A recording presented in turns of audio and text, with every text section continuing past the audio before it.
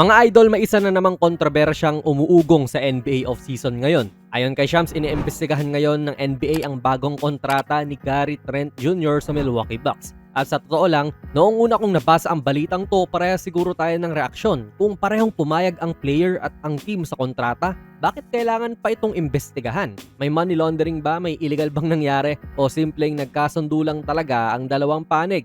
Ang sagot mga idol ay hindi. Hindi ito tungkol sa money laundering o kung saan nanggaling ang pera. Ang gustong alamin ng NBA ay kung may nangyaring salary cap circumvention o sa madaling salita, kung may paraan bang ginawa ang Bucks para malusutan ang salary cap rules ng liga. Para mas maintindihan natin, balikan natin ang timeline ni Gary Trent Jr. Noong 2024 mga idol, free agent siya noon. Galing siya sa isang 3 years, $52 million contract nung nasa Raptors pa siya noon nung pinirmahan niya ito. Marami po ang nagulat nang pumayag siyang pumirma sa Milwaukee gamit lamang ang veteran minimum contract. Syempre, ang iniisip ng karamihan noon ay baka gusto lang talaga niyang sumali sa isang championship contender at handa siyang magsakripisyo ng malaking sweldo para magkaroon ng pagkakataong magkampiyon. Pwede naman din kasi yon at hindi lang siya ang gumagawa nun syempre. Manood ng live na laro sa basketball sa 1x Sports, gamitin ang ating code na JONASPB. Scan nyo lang po ang ating QR code. Pagkatapos po ng season, ayan, gusto siyang i-resign ng Bucks pero limitado lang rin po ang rights pati budget nitong Milwaukee at ang pinakamalaki na pwede lang nilang i-offer ay mas mataas lang konti sa veteran minimum. Pumayag si Trent, hanggang dito wala pa rin namang problema. Lahat ng ito ay legal sa ilalim ng NBA Collective Bargaining Agreement o CBA. Pero ngayong offseason, bigla na lang po lumabas ang balitang pumirma siya ng 4-year $64 million contract, fully guaranteed pa. At yan nga po yung nakakapagtaka rin idol. Kasi binigyan siya ng malaking kontrata kung kailan lagapak yung laro niya. Hindi dahil bawal po bigyan si Gary Trent Jr. ng ganong kalaking kontrata, kundi dahil sa timeline ng mga pangyayari. Ang malaking tanong ng NBA rito ay may napagkasunduan na ba ang Bucks at si Gary Trent Jr. noon pa man? Halimbawa, paano kung noong pumirma siya ng veteran minimum contract ay sinabi na rin sa kanya ng Bucks na magtiis ka muna ngayon tapos babawi kami sa'yo kapag pwede na naming ibigay yung malaking kontrata mo. Kapag may ganung klaseng kasunduan bago pa ito maging legal, malaking paglabag iyon sa salary cap rules ng NBA. Ang tawag doon ay salary cap circumvention at isa iyon sa mga pinakamabibigat na violations pagdating sa salary cap.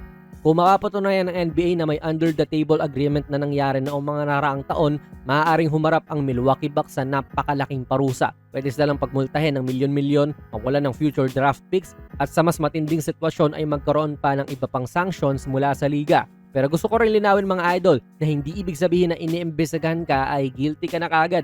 Uso yan ngayon, alam niyo yan mga idol. Makabasa lang ng something sa social media ay guilty na kagad, sala na kagad. Kadalasan, fake news pa yung pinaniniwalaan o bagay na wala namang pruweba. At mali po yun. Bahagi ng trabaho ng NBA na suriin ang mga kontratang itinuturing nilang kakaiba o may mga pangyayaring maaaring lumabag sa kanilang rules. Kung walang makitang ebidensya, matatapos din ang usapin at mananatiling valid ang kontrata ni Gary Trent Jr. Gayunpaman, naiintindihan ko rin kung bakit maraming executives ang nagulat. Kung pagbabasehan kasi ang naging performance ni Gary Trent Jr. noong nakaraang season, hindi talaga ito ang pinakamahusay niyang taon sa NBA. Sabi nga natin kanina, lagapak yung laro niya. Nag-average lamang siya ng 8.1 points sa loob ng 21.2 minutes kada laro, habang tumitira ng 38.7% mula sa field at 36% naman mula sa 3-point line. Habang tumatagal pa ang season, lumiit ang kanyang role sa Milwaukee at ilang beses pa siyang nakaranas ng DNP-CD. Ibig sabihin na healthy siya pero piniling wag ipasok ni coach. Kaya para sa ibang mga teams, medyo nakagugulat nga na pagkatapos ng ganong klaseng season ay makakakuha siya ng isang fully guaranteed contract na nagkakahalaga ng 64 million pa. Posible bang worth siya ng ganong halaga? Posible pa rin naman mga idol, bata pa yan 27 years old. At naniniwala siguro ang Bucks na kaya pa niyang bumalik sa dati niyang antas bilang isa sa pinakamahuhusay na 3-and-D guards ng NBA. Pero inulit ko, hindi ang halaga ng kontrata ang iniimbestigahan ng NBA.